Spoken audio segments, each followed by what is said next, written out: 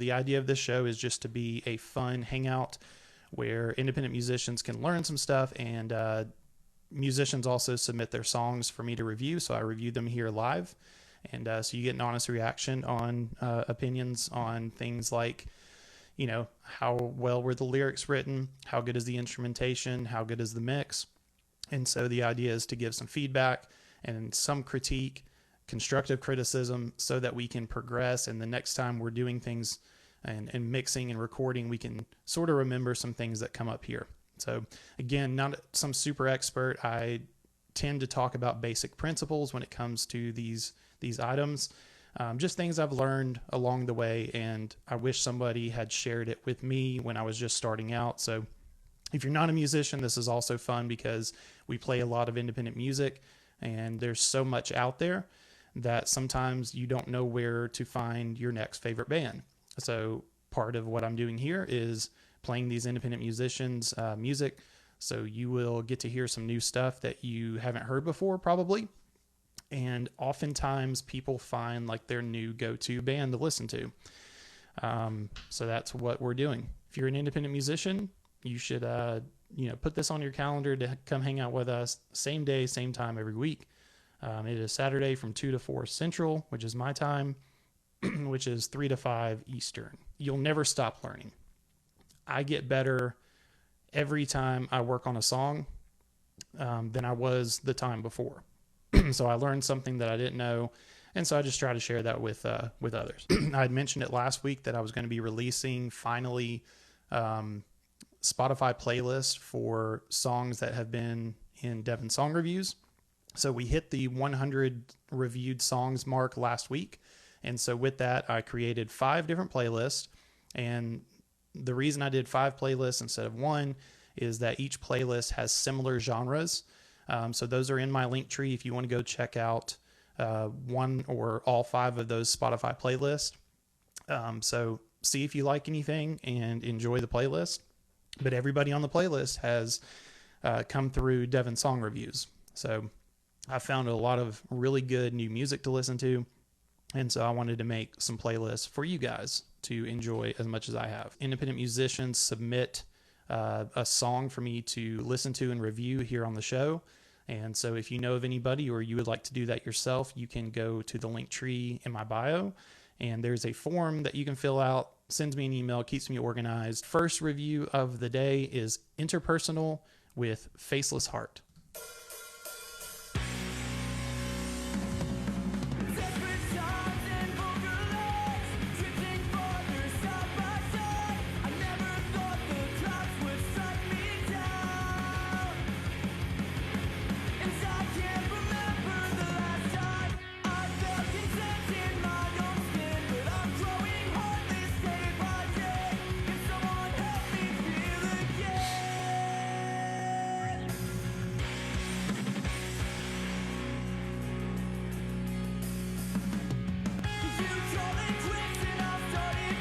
All right, so one of the first things I noticed listening to this, like instrumental wise and vocals, I really like what I'm hearing. It's classic pop punk. There is a lot of low end in this song, so it's not overly noticeable unless you're listening right next to another song, but it kind of feels like everything is getting squashed, and some of that can just be taken out with a high pass filter, just to always be checking that low end to make sure that it's not getting too muddy.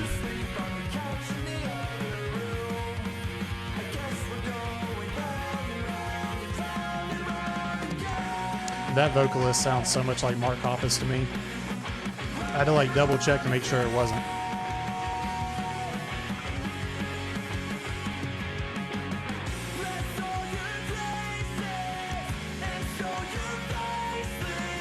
Yeah, melody is super solid. With pop punk, you have a couple of things that you have to do, and the pop side of pop punk is the production. Usually there's a lot of harmonies, there's very clean mix going on, and so they definitely hit that, other than the low end issue.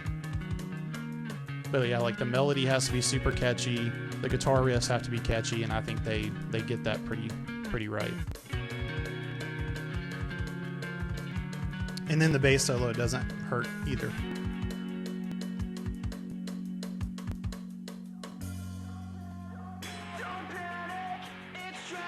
I would say that section of the song may have went on a little too long. I think that could have been condensed. Just got to keep things moving.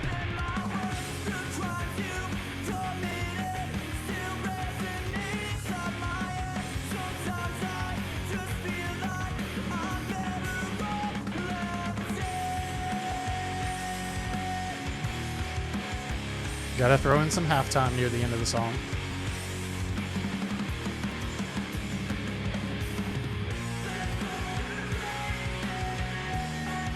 There's a cool vocal miking technique.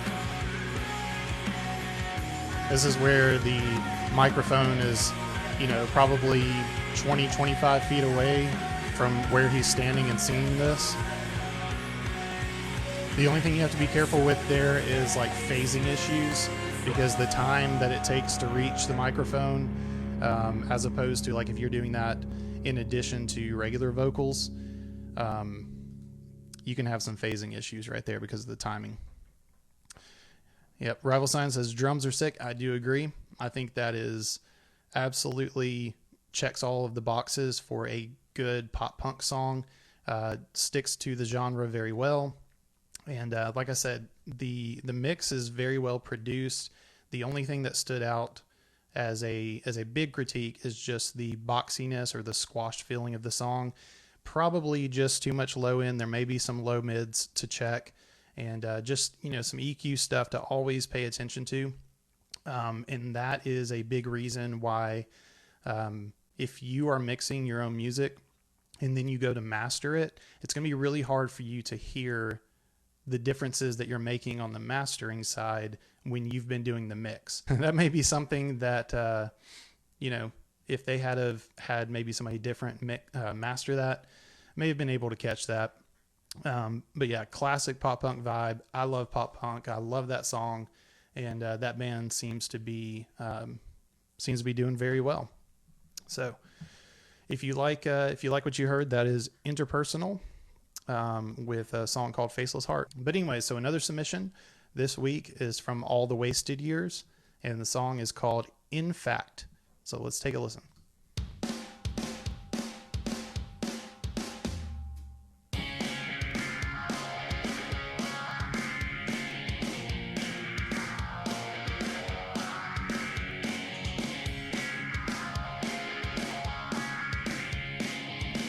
So we're starting out the song very focused on the drums. The rest of the instruments are in the background, then they come up. So I talk about perceived volume all the time. That's a good example of that, where to make it feel that energy right off as the song started, they had the instruments in the background with the drum kit up front, and then they just brought the rest of the instruments back up front.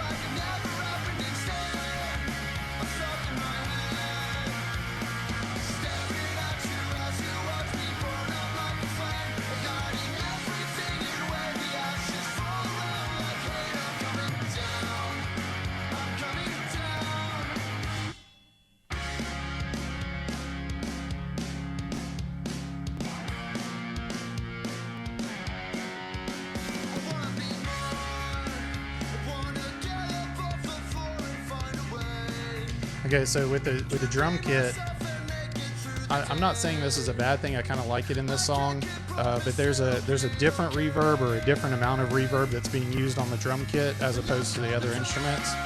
So it does make it feel a little bit like this is not a cohesive reverb where everything sounds like it's in the same room. It's not too bad, but that's something I'm hearing.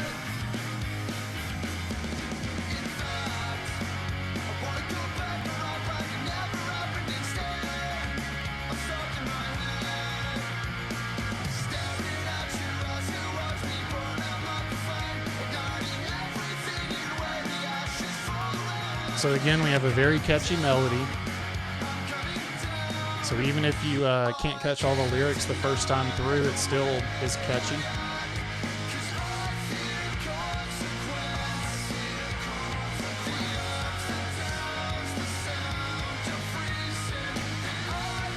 So as far as mix goes, I feel like there's way too much that's very centered in this song. I feel like we're missing space on left and right, especially with those rhythm guitars. They feel like they're all in one place.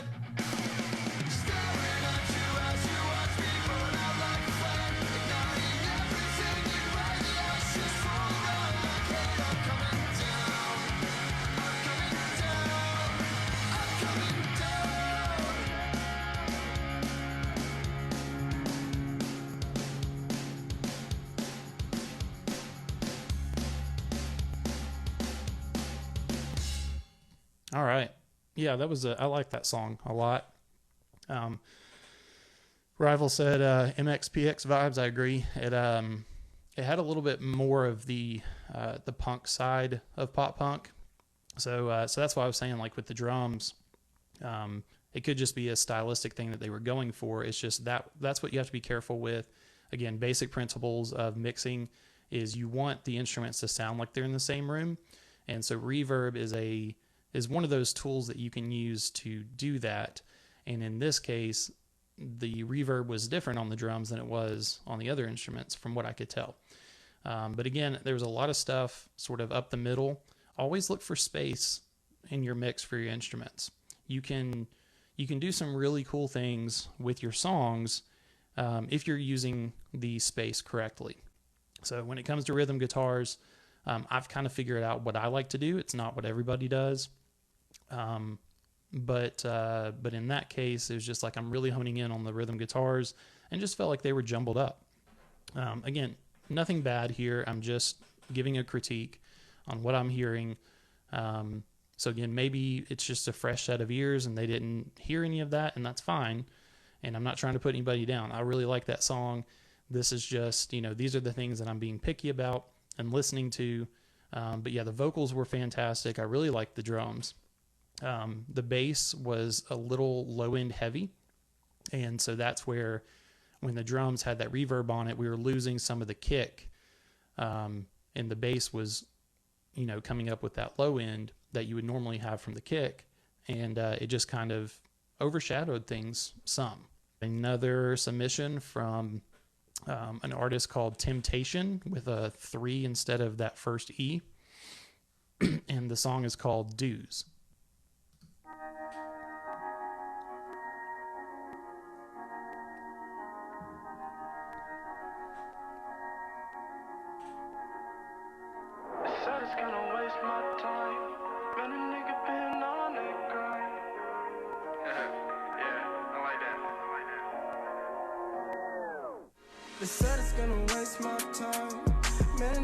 Another perfect example of perceived loudness right there.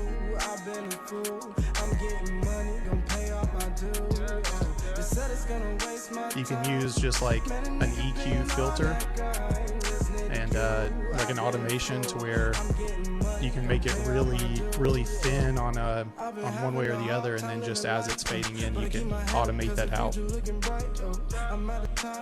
Can't live inspired, but with double covers in there is a dirty sprite.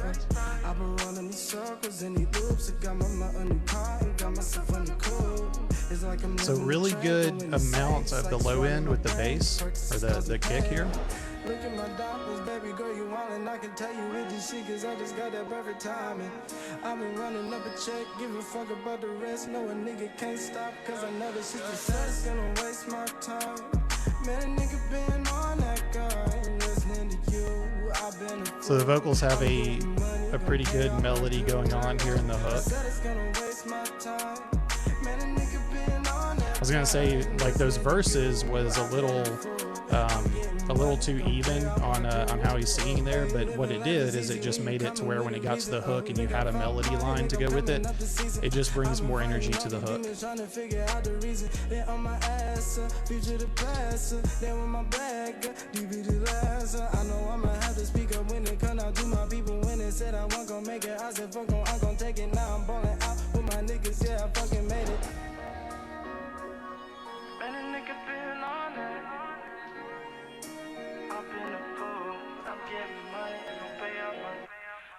They said it's gonna waste my time. Man, a nigga been on that guy, listening to you. I've been a fool.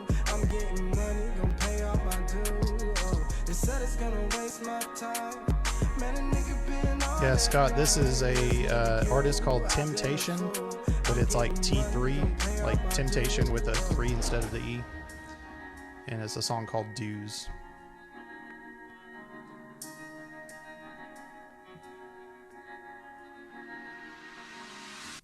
All right. Perfect example of how awesome this is. This is so much fun for me to do. That's not technically a song that I probably would have found. Not technically my genre that I listen to. But that was a good one. I really enjoyed that. I'm glad Temptation. You got it, Scott. I'm glad somebody submitted that because that was really cool. I don't really have anything negative to say about that. The one thing that I was going to catch on to, and, I mentioned it during the song, that the verses, he was very even toned with his lyrics. And, he was doing it on purpose because when it got to the hook and had the melody line, it just made the energy go up with that melody line. So the bass was really nice and clean. It wasn't overdone. And, if you use your bass correctly, especially like bass and kick drum, you really just get a lot of energy because you can feel the song. So low end is about the feel. And when it's done right, it just really makes you feel the song. So great example of that. Also another great example of that perceived volume that I was talking about. And, it just, when all the stuff comes back in like normal, it just feels so much more energetic. This is our buddy Rival Signs, who's here with us in the chat, submitted the song My Last Transmission this week. So let's take a listen. This is Rival Signs with My Last Transmission. As soon as we make it, I won't hesitate. I'm looking for miles to see. I like the just the automatic start. No intro needed, just jump into it.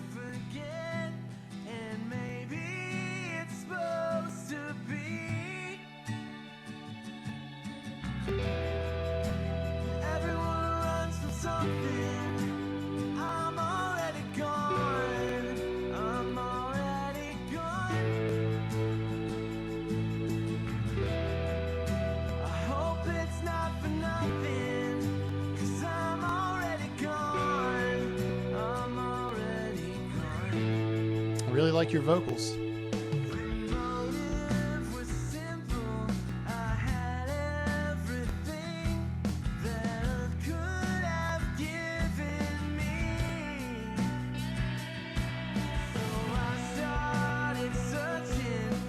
We have a little competition happening between the kick drum and the bass, which is normal.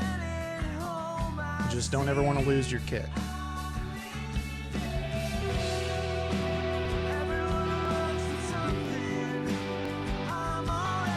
Yeah, just so far, I feel like the drums, as these other instruments are coming in, the drums are starting to back away. I would have just pulled up the drums more.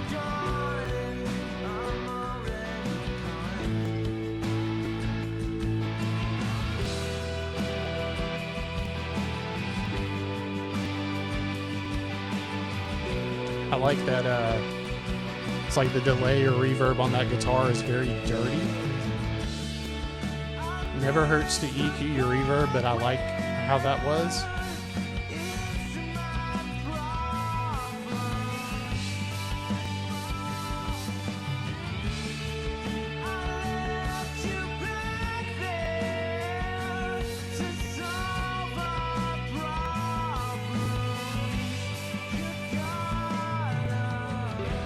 I feel like the bass is just kind of on another level from the rest of the instruments.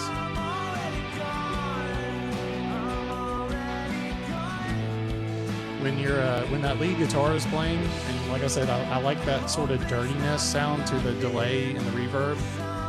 But when you do that, you have to be very conservative with what you're playing because it can muddy things up.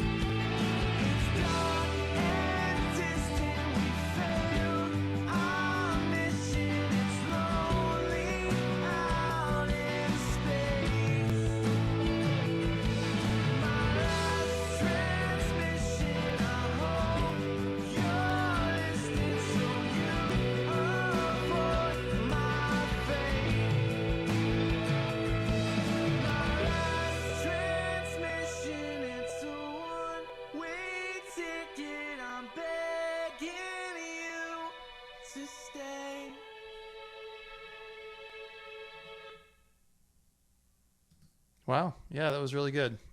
Some artistic things that you did there that I think I'm picking up on. Normally I would say let's throw in some harmonies, but I think this song being the last transmission is supposed to feel isolated. So if I picked up on that, tell me, because it seems like that's what we're doing. Again, normally I would say let's add some harmonies in there because, it's just that's one of the ways that you can build dynamics and make it have that polished production. But I kind of think that you shouldn't have done that. So kudos on that. Definitely isolation. So I nailed that. And then the way that it ended as well, not my favorite way of ending things, but again, it has to do with the song, the piece of art that you're working on being the last transmission, and it got cut off. Right. So, yeah, great song. I think I picked up on a few things during that. You had asked, maybe automate the drums and the bigger parts. The answer, there is no right way to do it. That is not how I would do it. Again, I talk about top-down mixing a lot. That is my preferred method of doing things.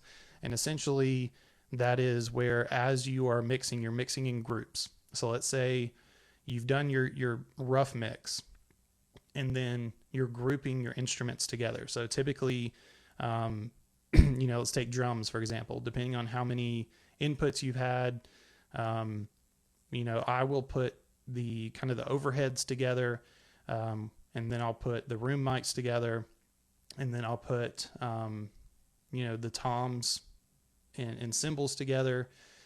And then I'll usually separate like the snare and the kick. But then those sort of get grouped into an overall drum set. And, but that's where I started with the drums. The kick and the snare need to be the loudest points of the song. And then as you're adding instruments, you never lose your kick and your snare. And so top-down mixing is essentially just a way of never losing your kick and your snare because you're starting out with that group of your drum set, and then you're bringing in your guitars, like your rhythm guitars will be next, and then, actually bass would be next, and then bring in your rhythm guitars. And as you're going, you're just making sure that you can hear the kick and the snare. One of the biggest issues you're going to have with your low end pretty much every time is your bass guitar and your kick drum are going to compete with each other in the same frequencies. And so you have to either figure out what parts of the EQ that you need to scoop. So either you scoop out some of the competing frequencies from the kick drum, or you scoop out the competing frequencies from the bass. Is probably the easiest way to keep that from happening. Yes, he said there are some harmonies, but some are buried in the mix. And that's fine. I really like the song, though. Again, thank you for submitting that. So this next submitted song is a band called Backdrop Violet. And the song is called Break Me In. Let's have a listen.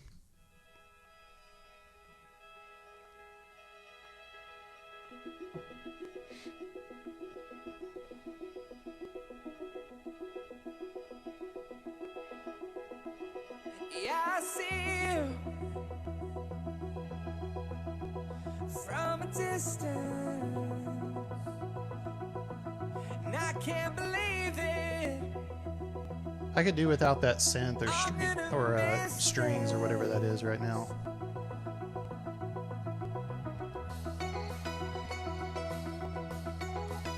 I probably would have held on to that for a little while.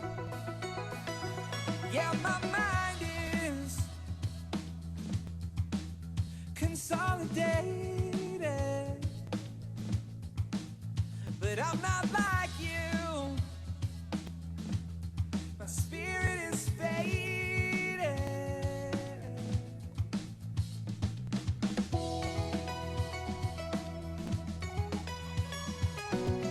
So we're adding in elements throughout the song to keep things moving. Oh, lights off, and I'm better in the dark than quick flash. Shy skin, as you breathe me in, is sinking between your legs. So another time, I want to hear the drums more. It seems like the way that the drums are compressed is that they're very fast on the attack. So we're just losing some of the hits. Like the snare doesn't, I feel like it's missing some attack. But as these instruments are coming in, we're starting to lose that drum kit.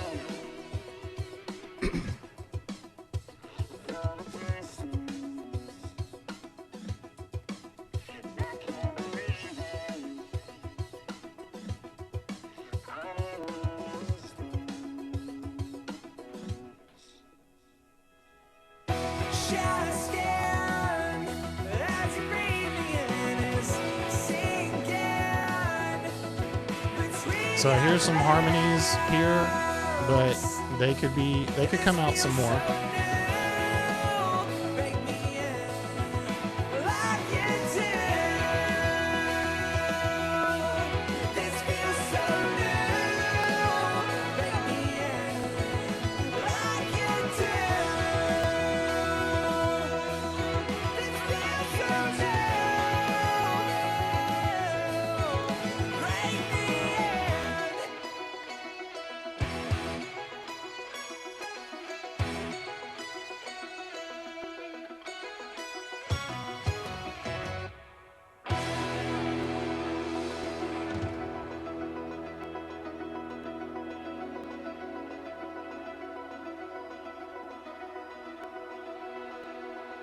Okay, interesting choice on the ending there.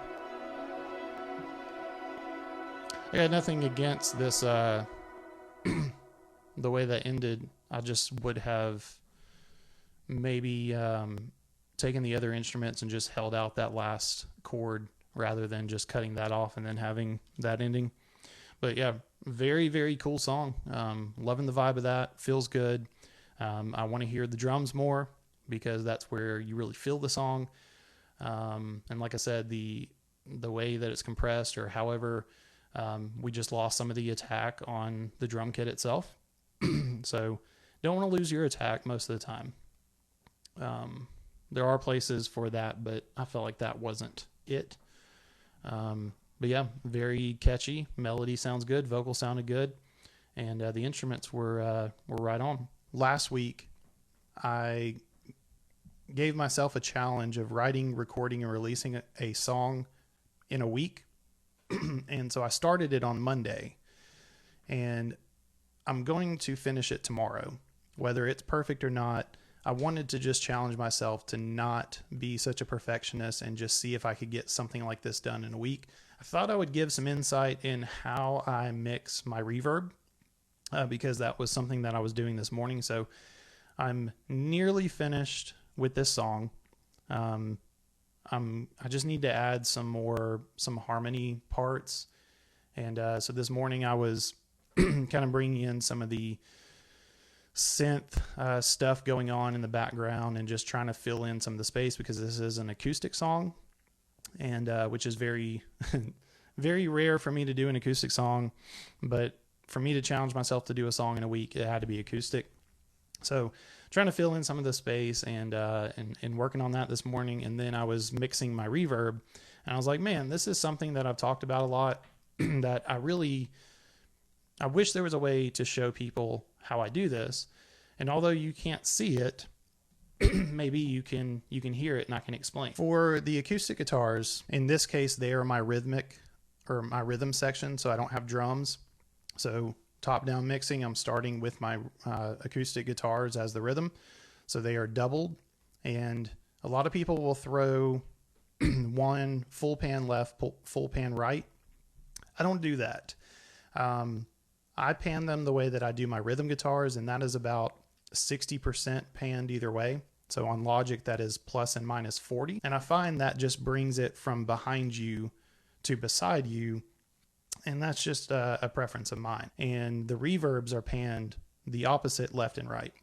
So the acoustic guitar on the right is sending to a reverb that is panned all the way to the left. In addition to that, I'm using the same reverb on a couple of other channels. They're just up the middle. So essentially it's the same reverb. There's just I separate it if I'm going to use some direction in that. When I'm determining how much reverb I'm going to use on each specific instrument, it starts out with my rough mix, which is already done. So when you start your rough mix, you're just getting levels basically where they need to be. And before you do any panning or add any reverb or delay or anything like that, before you're panning anything, you're trying to make sure it sounds pretty good straight up the center. And then once your rough mix is done, that's when you start spacing things and adding reverb and delay and other effects, just making it fit and be a whole in the mix. Did the rough mix, had done my panning, and then I was starting to figure out how much reverb I'm going to add for each instrument. I go to all of my reverb channels and I solo those. Listen along, I know you can't see, but I'm going to solo my reverb channel for the reverb that is panned hard right. I'm going to solo my reverb channel that is hard pan left. I'm going to solo my reverb channel that is right up the center. So I've got the 3 reverb channels soloed. You're just going to hear how it sounds from the reverb. I bring it in on each instrument the same way as if I'm mixing. What it ends up sounding like is a little something like this. So again, what we're listening to is just the reverb. So with everything else muted and just the reverb soloed, I can listen and make sure that I kind of imagine myself upstairs or in another room, and I'm listening with just reverbs to, can I hear all the instruments?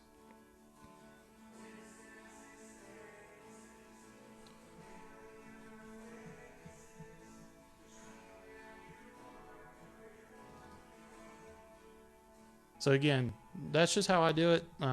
Basically, I'm mixing just as I do the instruments normally, as I go in and I mix with the reverb. You were hearing the same thing as this.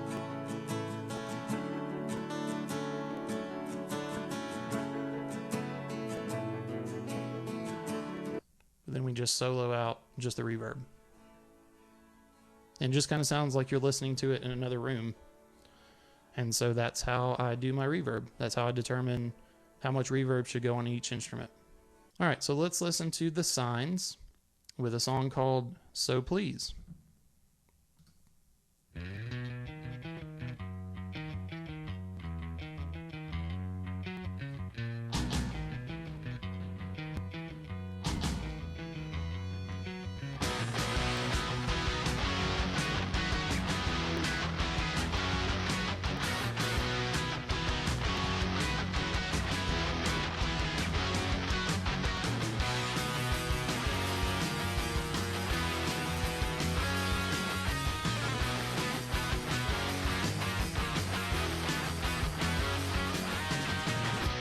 Falling by the wayside, never hurt so much. Getting tired of my life, even though it's just begun. A sense of urgency is needed in my life, so please, it's over. The best of me has Yeah, rival signs, I know. fallen by the wayside. Could it be I'm losing touch?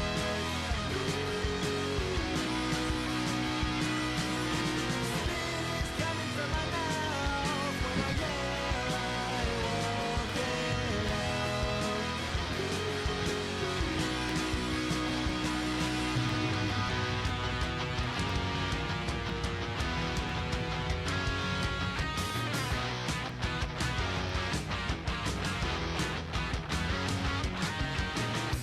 Take a breath just to sigh.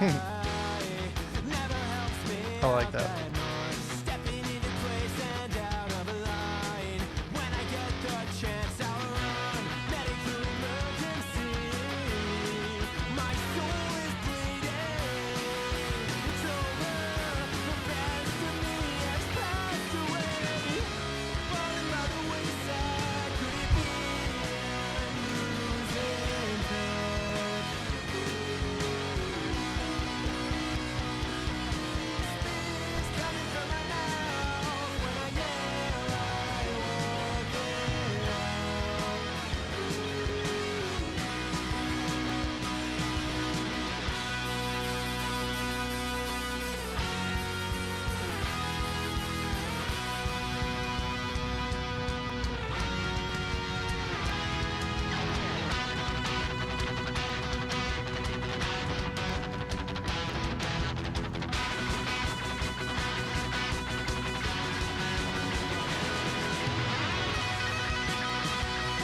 Oh, heck yeah.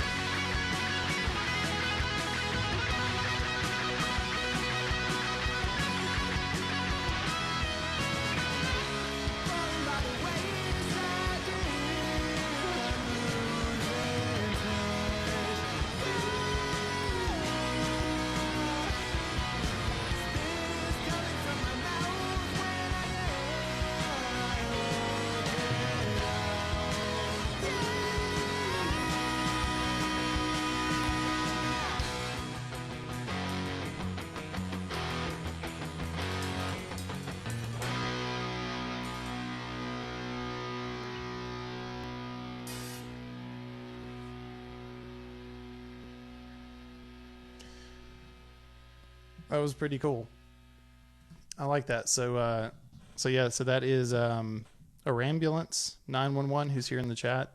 The band is called The Signs, Sines, and the song was called So Please, which will also go on Devin Song Reviews playlist. So now's probably a good time to bring that up real quickly. Is there are Devin Song Reviews playlists now. If you go to the link tree in my bio, I made 5 playlists that are genre specific. So find a playlist that you like and listen to it, because we get a lot of cool music. So this will be going on one of those. So The Signs, or Ambulance. So it had a very cool vibe of like some punk elements with some ska elements, and super energetic. Absolutely love the instrumentation. The song itself, really love it.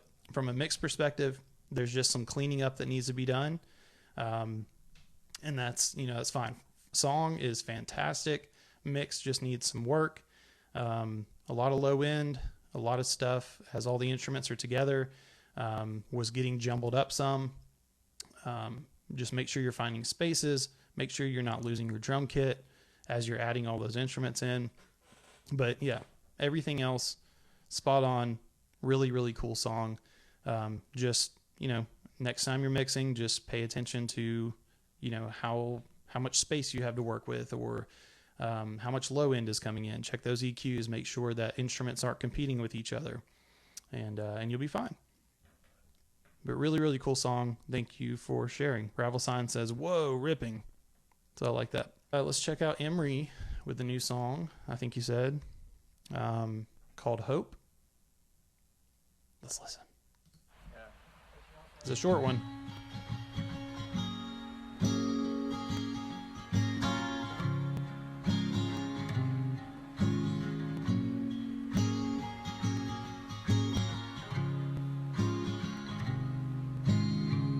Time bombs are ticking and they go, and now the clock's been moving slow, and how you feel nobody knows, and now you take your fucking soul out and crush it in your hands and let it dissipate, and no one understands that sometimes we feel fake for a glass and what we take more, and I've been sipping too much till I fall on my face much, and I know that I'm gon' die someday when I don't try, and I know that it'll fill me with something that is happy, at least I hope,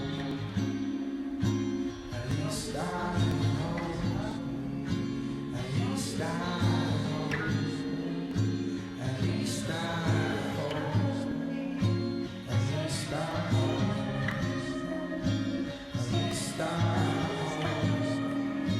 at least I hope, at least I hope, at least I. All right. That ended abruptly.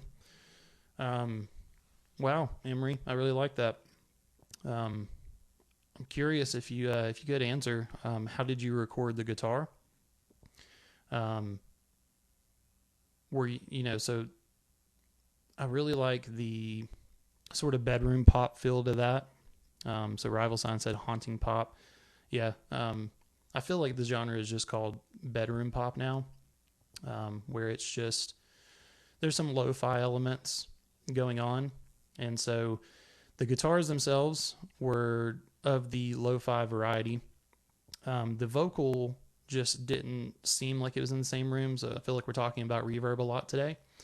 And it sounded to me like the guitar is fantastic. I feel like I'm just sitting at a bar or a coffee shop and listening to somebody play live. It kind of had that lo-fi feel to it. Just not, in a sense, it's just not overproduced or anything. But then the vocal sounded very upfront and very clean compared to the guitar. So that took away the element of me feeling like I'm sitting in that room just listening to you play. So you can kind of fix that, just like I was showing with the reverb technique on mixing, is make sure that your vocal and your guitar sound like they're in the same room, and you can use reverb to do that. And that just would have made it sort of come together as a cohesive song. But love it, man. Love the vibe to it. Love the feel to it. It's one of those things I just had to like close my eyes and listen to it, and just imagine myself sitting there listening to you play as I'm, enjoying some coffee or a drink. So yeah, love this bedroom pop, this lo-fi stuff when it's, sorry about that, when it's done correctly, and I think you did a great job of that. Yeah, just pay attention next time you're mixing something and think about how everything sounds together. And if you're going for that feeling of sitting in the room listening to it, make sure that everything feels that way. So, comes back to like how do you mix drums? And so there's a lot of people that will mix drums from the drummer's perspective. I prefer to mix from the audience's perspective. So I always like to make you feel like you are in the room with the artist. And that's what I like to do. So this is Spectator by James Burca. I think I'm saying that correctly. I apologize if not. It's called Spectator. It's over on SoundCloud. Can't shake what happened to me. I feel it in denial. It swept me off of my feet. It almost made me smile. That's a rarity and scary. I can't do nothing but the things I say. 'Cause I was moving too fast to get to tomorrow. And I was drinking too much to rid of my sorrow. They say life is so great, it's just getting greater. I'm not a star of the show, I'm just a spectator.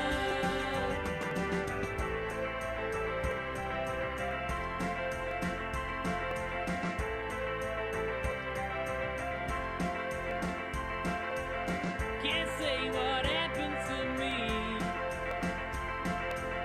Don't have the words. I like that drum beat.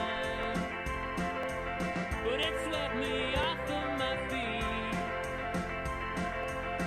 Your guess is good as mine. But it's a rarity and scarily. I can't do nothing but the things I see. 'Cause I was moving too fast to get to tomorrow. And I was drinking too much to rid of my sorrow. They say life is so great, it's just getting greater. I'm not a star of the show, I'm just a spectator.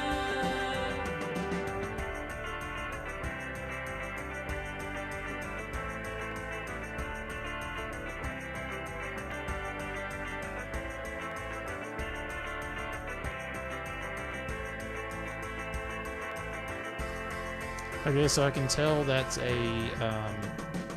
MIDI bass. Fast to get to tomorrow. Try to humanize that a little more. Too much to rid of my sorrow.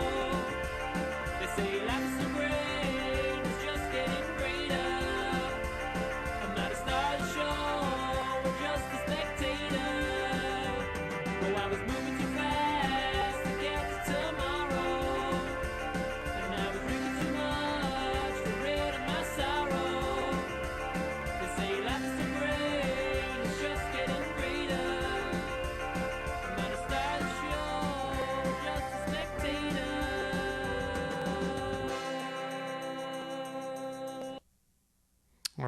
James de Burca.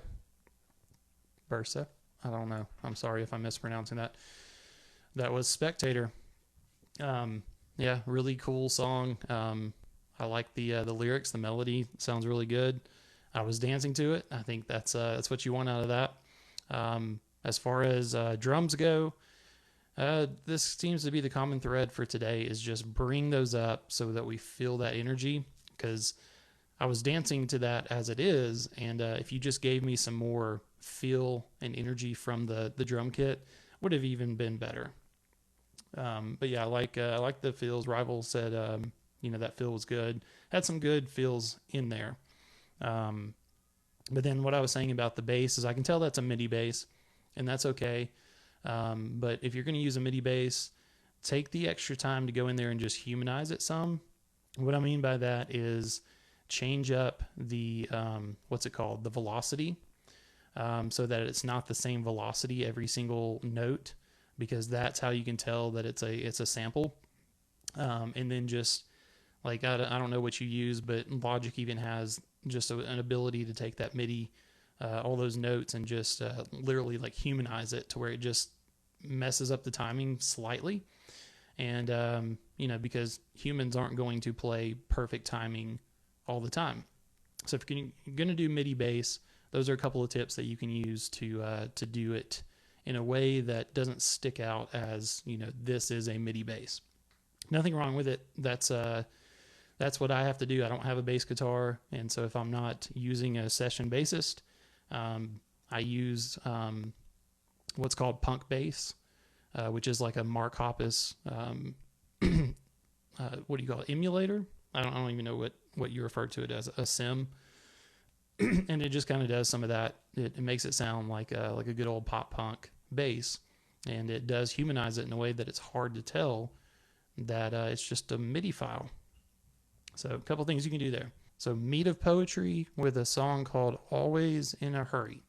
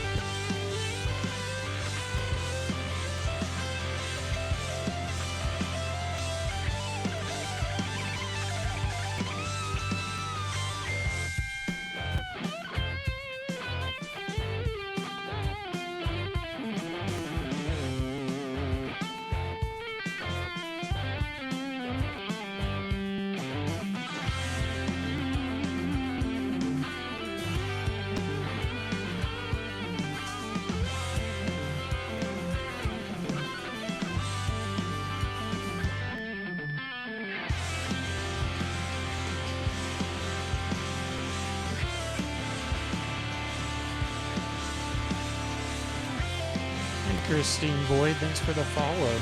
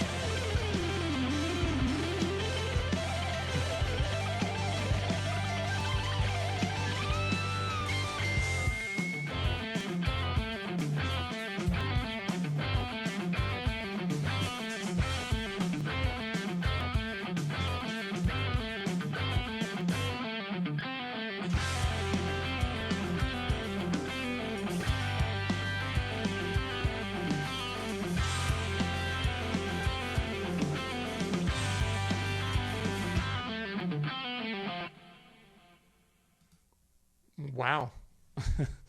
Mead of poetry, always in a hurry. Aptly named, always in a hurry. I feel like, yeah, you mentioned there in the comments, mixing those drums was a first, and boy, can I hear my mistakes. It's okay.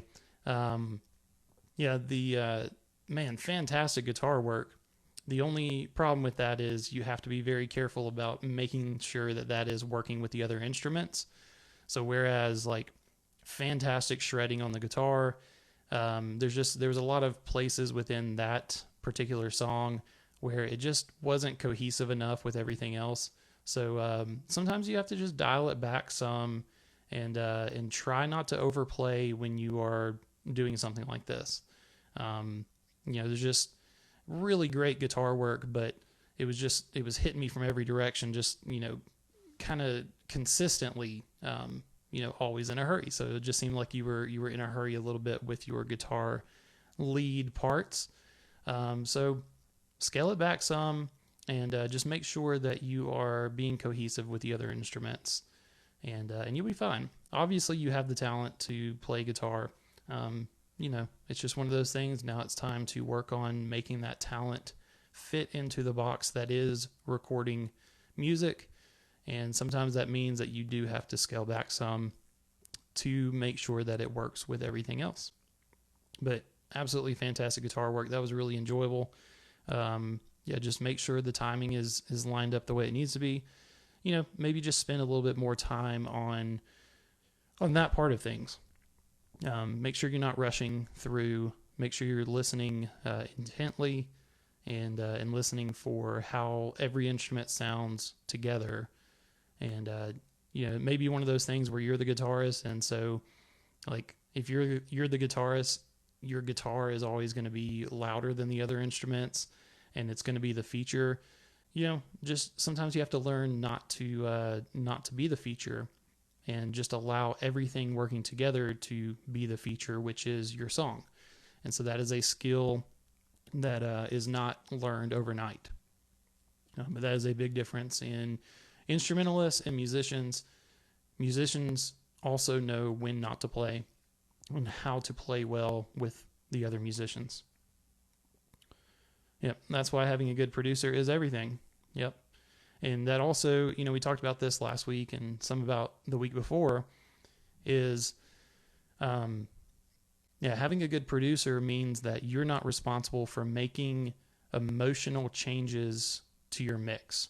So basically just saying that when you are mixing your own guitar, it's hard to pull your emotions out of that production. Whereas working with somebody else, they can help you make those decisions and say, this is not what you need to do here. Let's do this instead. And just takes the emotion out of it. You may have been very, very attached to every single guitar solo in that song. But me listening to it, what I would have done is I would have come back to you and say, hey, we need to make sure that this is integrating with everything else, because right now it's just standing out too much. So it's always good to have somebody to get some ears on your mix and give you some critique, which is why I'm here doing Devin song reviews, as a way to help you guys do that, give you some ears on your music, and give you my opinions and critique. Sinclair says, fits well into what we were talking about last week about solos getting simplified in the studio. Absolutely. We've kind of hit on it a couple of weeks in a row now. Make sure not to overplay. There's a difference in, that being enjoyable. And if your goal is to have a song that people are going to listen to, you have to take on the basic principles of mixing and producing. Rival Sign says, I sent a demo to a producer friend and he helped me trim the fat. That's exactly what your friend should do. And I've had to do that too. Again, going through this process of writing and recording a song in 1 week is very fast for me. I usually take a lot longer than that. And one of the reasons I'm challenging myself to do that is to find out where I'm at my weakest about being a perfectionist and hearing things that nobody else is going to hear, and trying to develop extra parts that just don't need to be there. I had to make a decision just this morning. I had 2 lead guitars and was trying to find space for each one because I really liked the lead parts for each one. But I noticed pretty quickly that there's just no way to space it to where it's not getting in the way of each other. And so I had to make the decision to take one of those lead parts out. And that's an emotionally difficult thing to do as an independent musician. But I guarantee you anybody else would have heard that and said, Devin, why do you have two leads going on? It's confusing.